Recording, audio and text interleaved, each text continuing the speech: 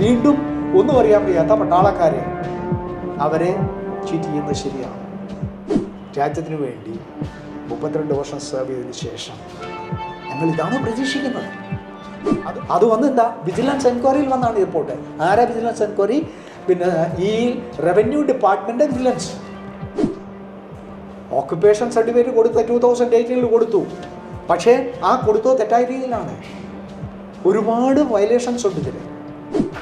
2006-07 കോയമ്പത്തൂരിൽ 33 ഏക്കർ സ്ഥലം വാങ്ങിച്ചു, ചതുപ്പ് നിലം വാങ്ങിച്ചു. ഇതുപോലെ തന്നെ ചതുപ്പ് നിലം, unfit for cultivation, unfit for construction.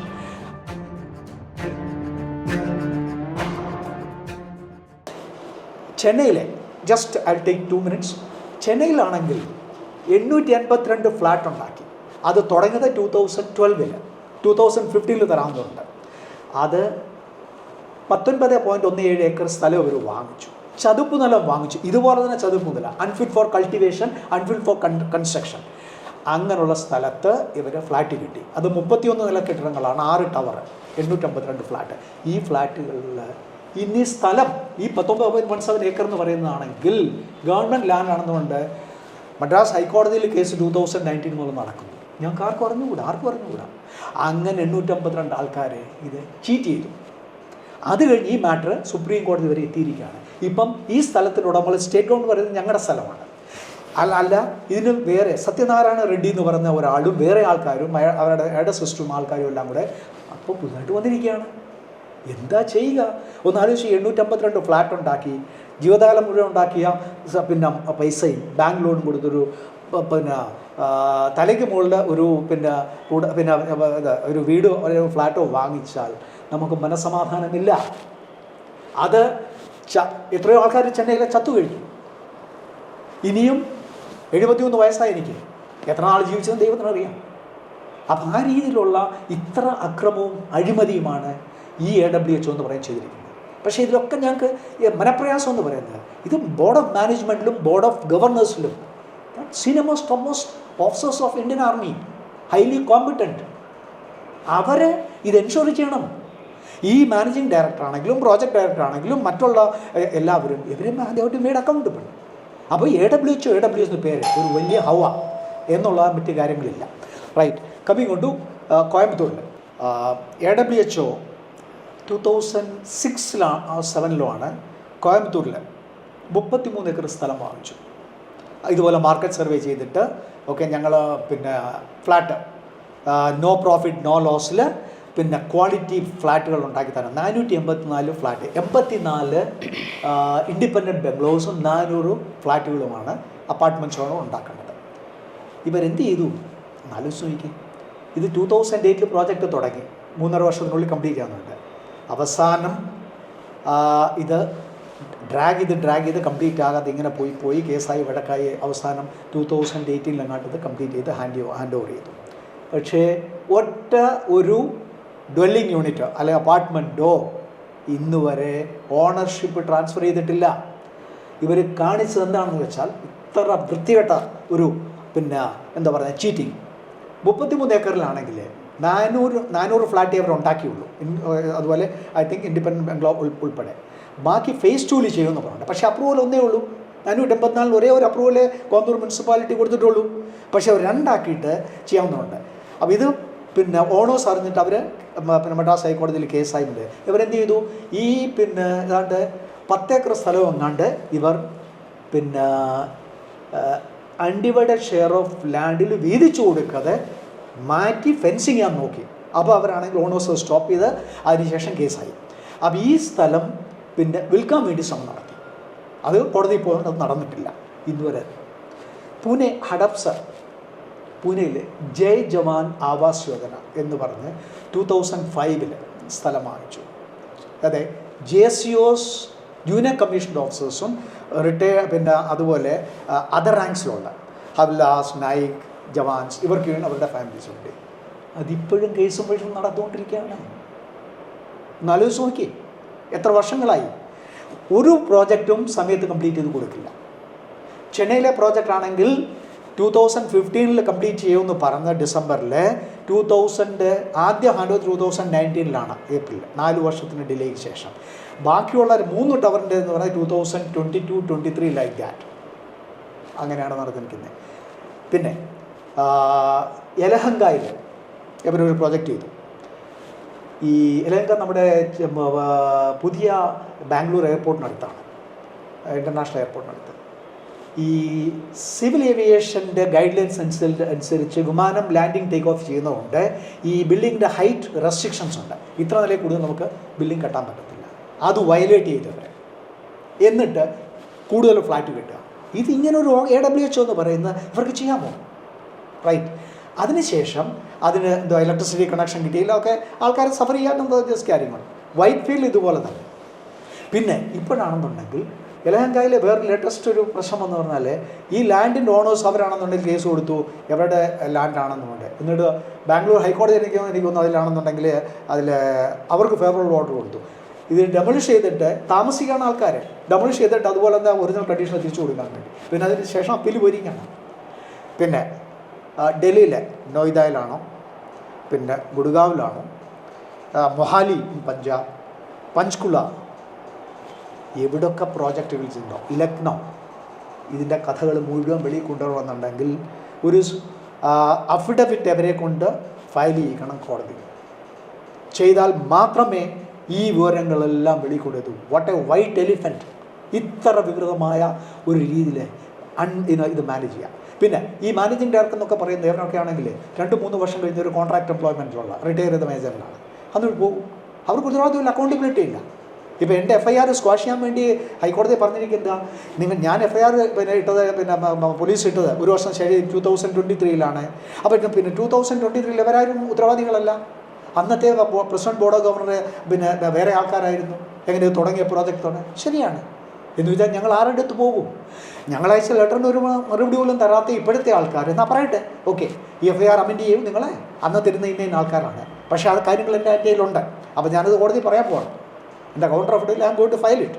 ഇന്ന ആൾക്കാരാണോ വിത്ത് ഡേറ്റ് എന്ന സമയം മുതൽ എന്ന സമയം വരെ ഇന്ന ആയിരുന്നു പ്രസിഡന്റ് ബോർഡ് ഓഫ് ഗവർണർ, ഇന്ന സമയം ആയിരുന്നു പിന്നെ chairman board of governor, project director, managing director.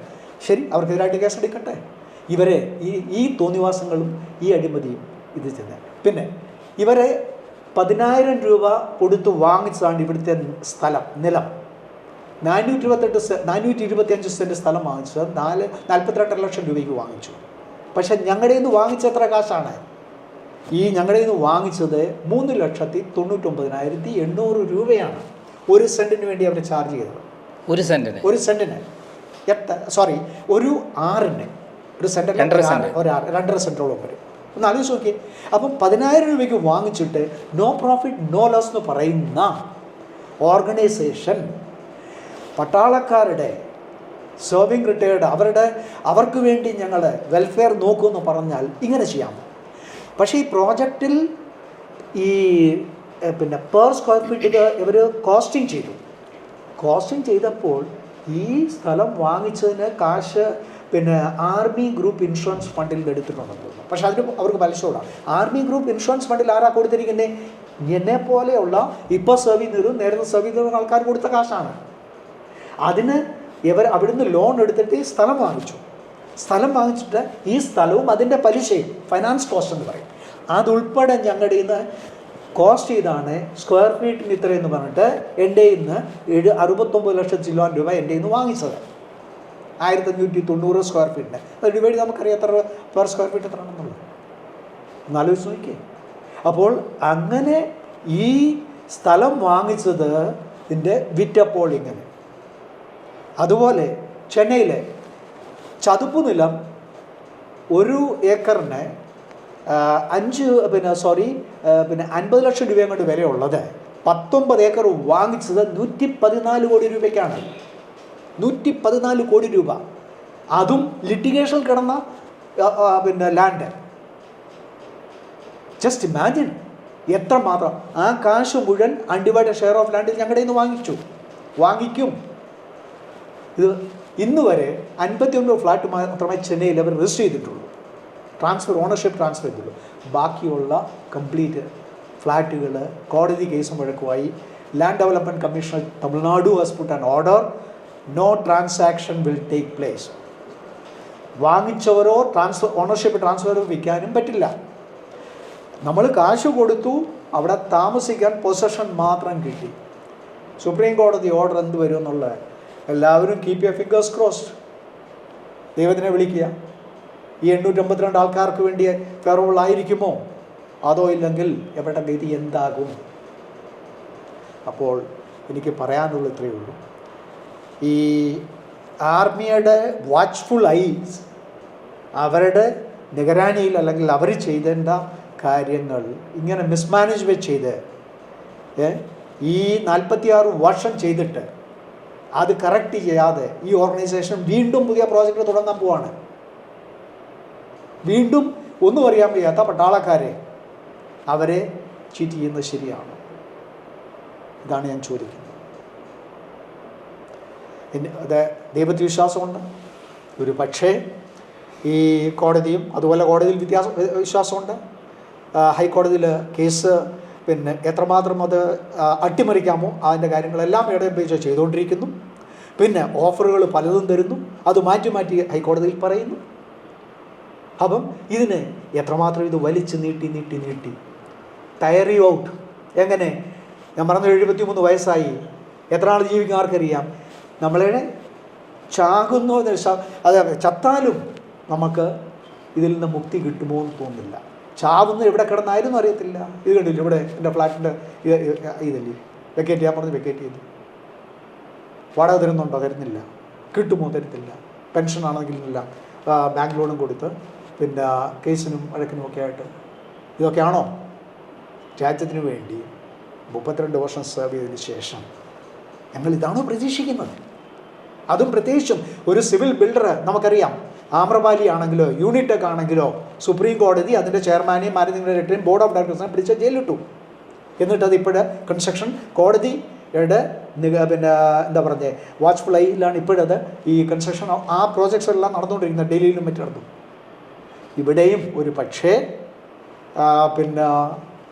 Ernakulam ഹൈക്കോടതി എല്ലാ വശങ്ങളും ആലോചിച്ച് ചിന്തിച്ച് ഒരു പക്ഷേ തീർച്ചയായിട്ടും കോർട്ട് മോണിറ്റർ ചെയ്ത ഒരു കൺസ്ട്രക്ഷൻ സമയബന്ധിതമായിട്ട് നടന്നാൽ തീർച്ചയായിട്ടും ഞങ്ങൾക്ക് ആശയമുണ്ട്.